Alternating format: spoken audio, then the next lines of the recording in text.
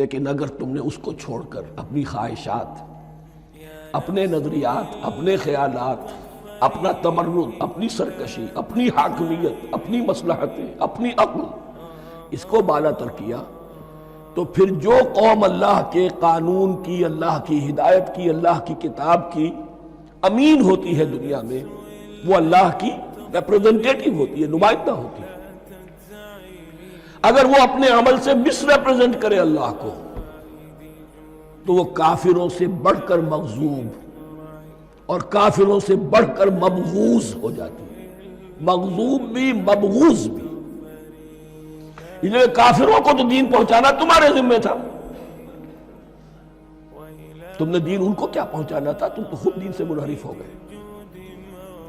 آج اس جگہ پر امت مسلمہ کھڑی ہے کہ 1.25 بلین یا 1.5 بلین، 125 کروڑ عزت نام کی شے نہیں ہے، کہ عزت نام تھا جس کا گئی تیمور کے گھر سے، سارے معاملات دنیا کے G7 G15 کے ہاتھ میں ہیں، سیکیورٹی کونسل اس کے پرماننٹ ممبر کا ویٹو ہے، اور نہ سیکیورٹی کونسل میں اور نہ کہیں کسی G7 میں، نہ G9 میں، نہ G15 میں کوئی مسلمان ملک نہیں۔ کسنمی پرست کی بھیا کیستی،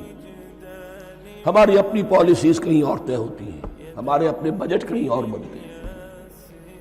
ہماری صلح اور جنگ کسی اور کے اشارے سے ہوتی ہے، ریموٹ کنٹرول، یہ ذلت اور مسکنت۔ آپ کے ریڈیو پر، ٹیلی ویژن پر خبریں آتی رہیں کہ اتنے مسلمانوں کے ساتھ یہ کر دیا، اتنی مسلمان عورتوں کی بے حرمتی کر دی، لیکن یہاں ہم بیٹھے ہوئے اپنے اپنے دھندوں میں، اپنے اپنے کاروبار میں، اپنی اپنی ملازمتوں میں، اپنے اپنے کیریئرز میں، دنیا میں کیا کچھ ہو رہا ہے۔ بہرحال اس وقت یہ جو ہے، میں نے جیسا کہ عرض کیا تھا کہ یہ ہے تاریخ بنی اسرائیل کی، لیکن خوشترا باشد کے سر دل براں، گفت آیت در حدیث دیگراں، یہ ہمارا نقشہ ہے آج اس آیت میں۔ ضربت علیہم الذلۃ والمسکنۃ وباءوا بغضب من اللہ۔ دین کی بات پھیلانا صدقہ جاریہ ہے، ثواب کی نیت سے ویڈیو کو شیئر ضرور کیجیے۔ جزاک اللہ۔